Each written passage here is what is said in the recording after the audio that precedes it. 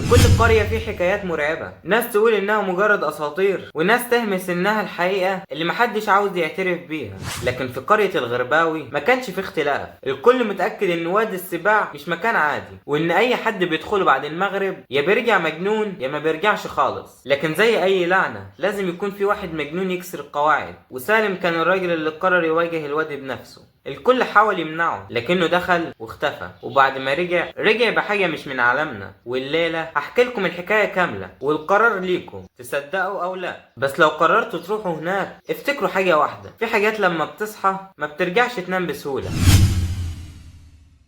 في يوم من الأيام كان في قرية صغيرة جنب وادي معروف باسم وادي السباع، وادي مخيف ومحدش بيروح ناحيته بالليل، واللي يقرب منه يرجع هو مش هو أو ما يرجعش خالص. الكبار في البلد كانوا يحكوا حكايات عن ناس دخلوا الوادي بعد المغرب ومحدش شافهم تاني، واللي رجعوا كانوا زي المجانين يتكلموا بكلام مش مفهوم وعيونهم كلها رعب. لكن سالم راجل عنيد وما بيصدقش في الكلام ده، كان شجاع زيادة عن اللزوم، او ممكن تقول كان متهور. في ليلة امرها غريب قرر انه يروح بنفسه للوادي، ياخد فاسه ومعاه فانوس ويثبت للناس ان كل ده كلام عيال. دخل سالم الوادي، الجو كان ساكت بطريقة مخيفة، مفيش صوت غير صدى خطواته، حتى الحشرات اللي المفروض صوتها يكون يملى المكان كانت ساكتة. كان الجو برد بطريقة مش طبيعية رغم ان الليل كان صيفي. فضل ماشي هو يقول لنفسه مفيش حاجة اسمها وادي مسكون، كلها خرافات. لكن فجأة سمع صوت كان شبه صوت زئير خافت، كأن ذئب واقف من بعيد. وقف في مكانه،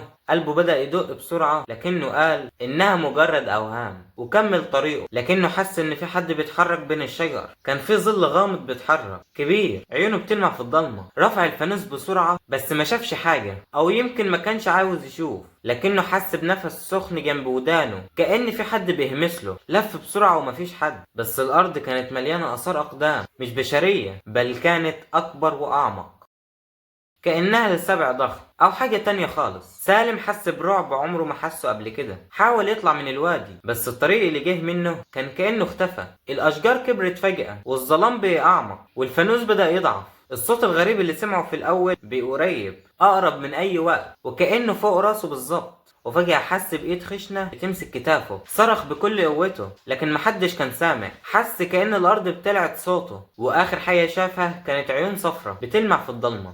في اليوم اللي بعده أهل القرية لقوا فانوس سالم عند مدخل الوادي واقع جنبه، لكن هو نفسه اختفى. ومن يومها أي حد يسمع كويس عن الوادي بالليل يسمع صوت راجل بيصرخ، وكأن الوادي أخده ومش ناوي يرجعه أبدا. أهل القرية وقفوا قدام باب الوادي وهم مترددين، عارفين إن أي حد هيدخل ويخاطر بعد سالم مصيره هيكون زيه، غامض ومخيف. لكن كان في واحد اسمه عوض، شيخ كبير في السن، وكان الوحيد اللي عارف أسرار المكان ده. قال لهم بصوت واطي كأنه خايف حتى الهوا يسمعه: الوادي ده مش عادي، مش كل اللي جواه سباع، في حاجة أقدم وأخطر. أهل القرية اتجمعوا وسألوا عوض: تقصد ايه؟ سالم ممكن يكون عايش؟ عوض هز راسه ببطء وقال: لو لسه عايش يبقى الوقت ضده، لازم نرجعه قبل نص الليل وإلا الوادي هياخده للأبد. اتجمعوا 4 رجالة شجعان ومعاهم عوض، وخدوا السيوف والفوانيس بتاعتهم ودخلوا للوادي. كل خطوة كانت تقيلة، كأن الأرض بتمتص طاقتهم. كانت الريح بتهب بصوت غريب وكأنها بتحذرهم يرجعوا، لكنهم كملوا.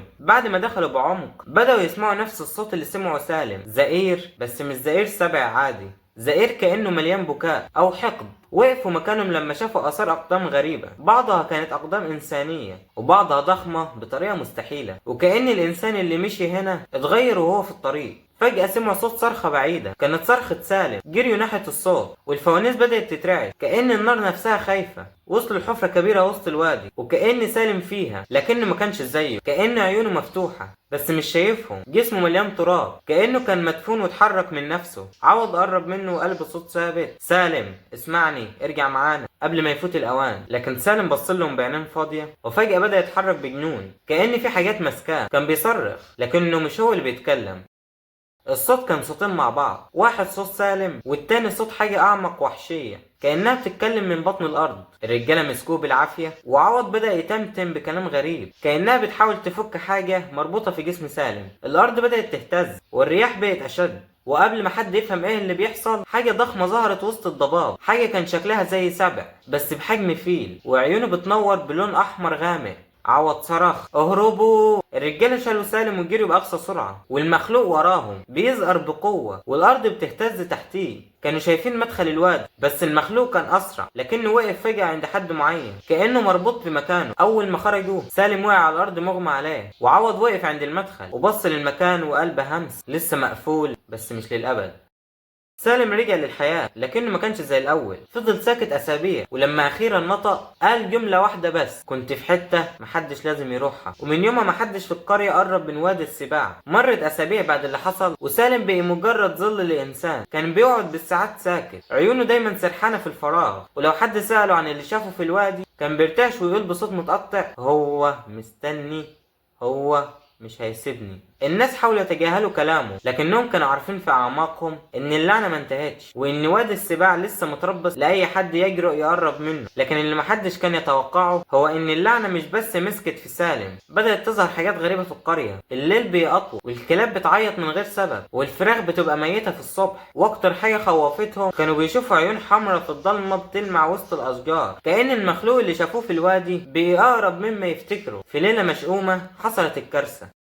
القرية كلها صحت على صوت صرخة مدوية. الناس خرجوا من بيوتهم مفزوعين، والصرخة كانت طالعة من بيت سالم. جريوا بسرعة، ولما فتحوا الباب لقوه واقف في نص الأوضة ظهره ليهم وجسمه بيتهز كأنه بيتشنج. سالم انت بخير؟ سالم مردش، بس لما لف وشه شافوا حاجة خلت الدم يتجمد في عروقهم. كان نص وشه طبيعي، والنص التاني بقى أسود مشقق، وعينه كانت شبه عيون الوحش اللي شافوه في الوادي. بصلهم وابتسم ابتسامة بشعة وقال بصوت مش صوته: قلتلكم هو مستنيني وجالي دلوقتي دوركم. وقبل ما حد يلحق يتحرك طفى نور الفوانيس، والبيت كله بيضل مكح. واخر حاجه سمعوها كانت زئير مرعب، زئير طلع من بق سالم نفسه. بعد الليله دي سالم اختفى، محدش شافه تاني. لكن اهل القريه كانوا بيقولوا انهم بالليل بيسمعوا خطوات تقيله ماشيه حوالين البيوت، واحيانا بيشوفوا ظل طويل جدا بيقف عند مدخل الوادي مستني اي حد ياخده معاه. عدت سنين على اختفاء سالم، والناس في القرية حاولوا ينسوا، لكن اللعنة ما انسحبتش، بالعكس بدأت تخرج من حدود الوادي كأنها بتتغذى على الخوف اللي انتشر بين الناس. في ليلة مظلمة كان في ولد صغير اسمه محمود عنده فضول قاتل، وكان دايما بيسمع عن وادي السباع. سمع الكبار بيحكوا، شاف الخوف في عيونهم لكنه ما اقتنعش، وقرر انه يجرب بنفسه. بعد نص الليل اتسحب بهدوء بره بيته، ماسك فانوس صغير ومشي ناحية الوادي. كان كل خطوة ليها صوت، وكأن الارض بتحاول تحذره، لكن هو ما وقفش. اول ما قرب من مدخل الوادي حس برياح باردة كأنها بتهمس له باسمه، لكنه كمل. وفجأة طلع قدامه ظل طويل اطول من اي بني ادم، عيونه حمراء وملامحه مش واضحة، لكن كان في حاجات فيه، حاجات تخليه مألوف بطريقة بشعة. محمود اتجمد مكانه، بص للظل والظل بصله، وبعد لحظة سكوت مخيف سمع صوت حد جه من الضلمة، صوت خشن، صوت مبحوح كأنه طالع من القبر: كنت مستنيك من زمان. ومن يومها محمود اختفى زي كل اللي قبله. لكن اهل القرية بقوا متأكدين من حاجة واحدة: ان اللعنة ما انتهتش، وان الوادي مش بس مكان مجهور، الوادي بقي جعان ودايما مستني فريسة جديدة.